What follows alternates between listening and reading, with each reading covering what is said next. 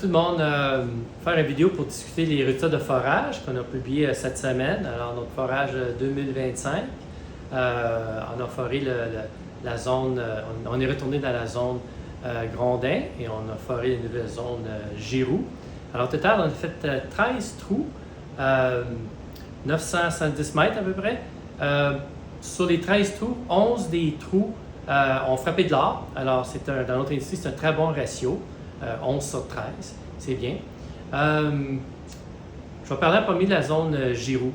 C'est une nouvelle zone. Alors, sur Giroux, ça s'appelle Giroux parce que c'est près du ruisseau Giroux. Et un des ruisseaux Giroux, c'est un des ruisseaux qui a transporté l'or pour créer en partie du dépôt Placer à Saint-Simon-les-Mines. Alors, c'est important de le forer. Alors, on a fait quelques trous du côté... c'était pas en effet vérifié aussi si le Saddle Reef continuait. Alors que l'antiforme, la structure Saddle Reef continuait de la zone Grondin. Alors là, on est rendu à 4 km de la zone Grondin, de la zone Giroux. Alors, on a foré le côté nord du flanc de l'antiforme, en effet, alors le flanc. On a frappé de l'or et on voulait forer côté sud pour vraiment cisailler, pour être capable de centrer le Saddle Reef, mais les forages côté sud ont échoué parce que la foreuse était poignée dans la boîte puis on avait de la misère à la sortir. Alors, il fallait abandonner pour l'instant ces trous-là. Mais quand même, on a quand même prouvé qu'on voyait une partie de la belle structure du Saddle Reef. Et plus important que vu qu'on a trouvé de l'or, on confirme que la structure Saddle Reef, l'antiforme, elle est minéralisée sur au moins 4 km.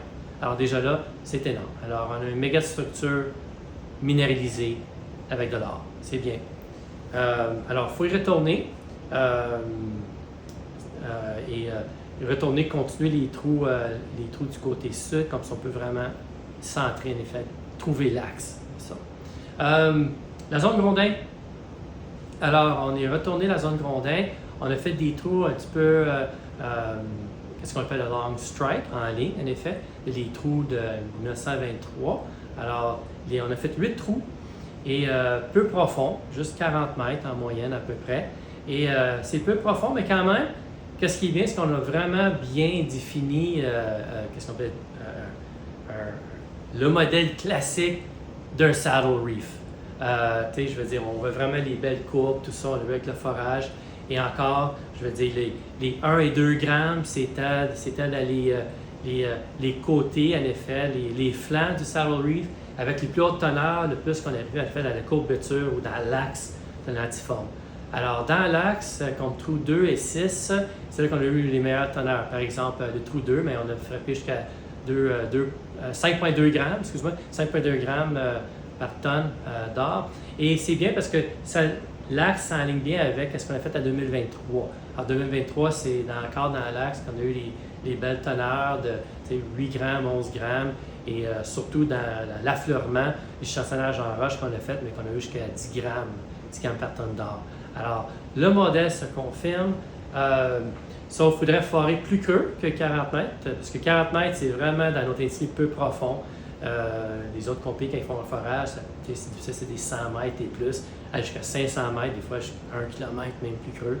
Mais nous autres, vu qu'on a même continué à avoir de l'or dans le trou 6 à la fin du 40 mètres, et si on suit le modèle Saddle Reef, le plus creux qu'on va, on devrait continuer à avoir des niveaux, en effet, des couches qui devaient être minéralisées en or à certains intervalles.